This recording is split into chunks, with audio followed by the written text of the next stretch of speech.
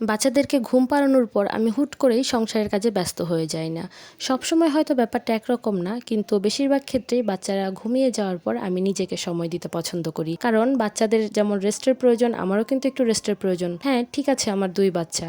যখন ওদের দুজনকে আমি একসাথে ঘুম পাড়াতে পারি, সেই সময়টা ফুললি আমি নিজেকে সময় দেওয়ার চেষ্টা করি। কারণ যখন একজন ঘুমায় তখন দেখা যায় আমার অন্যজনকে নিয়ে থাকতে হয়। কিন্তু যখন একসাথে ওরা দুজন ঘুমায় বা যেই দিন ওরা দুজন একসাথে ঘুমায়, সেই 1-1.5 ঘন্টা টাইম আমি সম্পূর্ণ আমার নিজেকে দেওয়ার চেষ্টা করি। মাঝে মাঝে আমি ওদের সাথে শুয়ে ঘুমিয়ে যাই, মাঝে মাঝে কিছু একটা খাই, মানে নিজের মতো করে সেই টাইমটা এনজয় করার চেষ্টা করি। বলতে পারেন বাচ্চা নিয়েও তো খাওয়া যায়। হ্যাঁ, বাচ্চা নিয়ে খাওয়া যায়, কিন্তু বাচ্চাদেরকে ঘুম পাড়িয়ে রেখে এরকম রিল্যাক্সে মজার মজার খাবার খাওয়া কিন্তু বাচ্চাদের সামনে যায় না। অনেকেই বলেন বাচ্চা ঘুমিয়ে গেলে ঝটপট সব কাজ শেষ করে ফেলবেন। এই ব্যাপারটার সাথে আমি একদমই একমত না। কারণ আমি মা, ঠিক আছে, কিন্তু তারপরে আমি একজন মানুষ। অবশ্যই আমাকে মানসিকভাবে এবং শারীরিকভাবে সুস্থ থাকতে হবে, না হলে বাচ্চাদেরকে কিভাবে সুস্থ রাখবো বলুন তো? তবে প্রতিদিন হয়তো ব্যাপারটা একরকম হয় না। মাঝে মাঝে ওদেরকে ঘুমিয়ে রেখে আমি আমার টুকটাক কাজও সেরে ফেলি, কিন্তু যখন আমি সময় পাই বেশিরভাগ ক্ষেত্রেই নিজেকে সময়টা দেওয়ার চেষ্টা করি। এতে কি হয়, আমি মানসিকভাবে একটু শান্তি পাই, আর বাচ্চারা জেগে ওঠার পর তাদের সাথে খেলার মতো বা তাদেরকে দেওয়ার মতো ফুললি সেই এনার্জিটা ফিরে পাই। আজকে যেমন নিয়ে বসে পড়েছিলাম একটু বড়ই ভর্তা, ঝাল ঝাল বড়ই ভর্তা, কিন্তু শীতের দিন খেতে খুব মজা লাগে। মাঝে মাঝে 1 কাপ চা বা কফি, কিংবা মাঝে মাঝে নিজের পছন্দের চকলেট বা চিপস নিয়েও বসে যাই।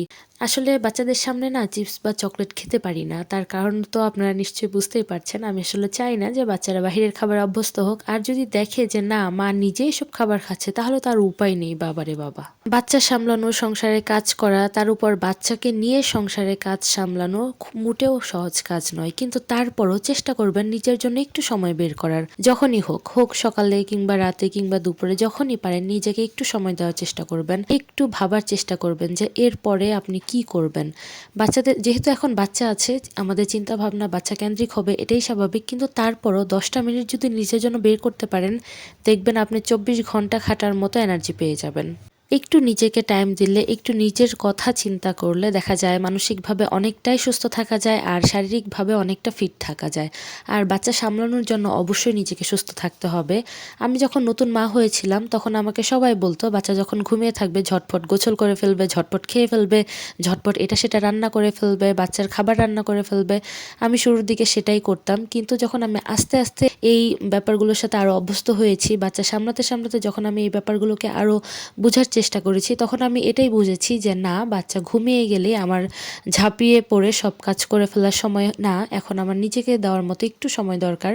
কারণ আমি যদি নিজের জন্য একটু সময় দিতে পারি, নিজেকে নিয়ে একটু ভাবার মতো সময় পাই, তাহলে আমি মানসিকভাবে সুস্থ থাকবো। সবার কনসেপ্ট আসলে একরকম না, আমি জানি না সবার চিন্তা ভাবনা আমার সাথে মিলবে কিনা। তবে আমি আমার অভিজ্ঞতাটা আপনাদের সাথে শেয়ার করলাম। নতুন মায়েরদেরকে অনেকেই বলে যে বাচ্চা ঘুমিয়ে থাকলে এটা সেটা সব করে ফেলবে। আমি বলবো হ্যাঁ, আপনারা অবশ্যই করে ফেলবেন, নিরিবিলি টুকটাক কাজ সেরে ফেলবেন, কিন্তু তারপরও নিজের জন্য যদি পারেন 10-15 মিনিট সময় রাখারও চেষ্টা করবেন।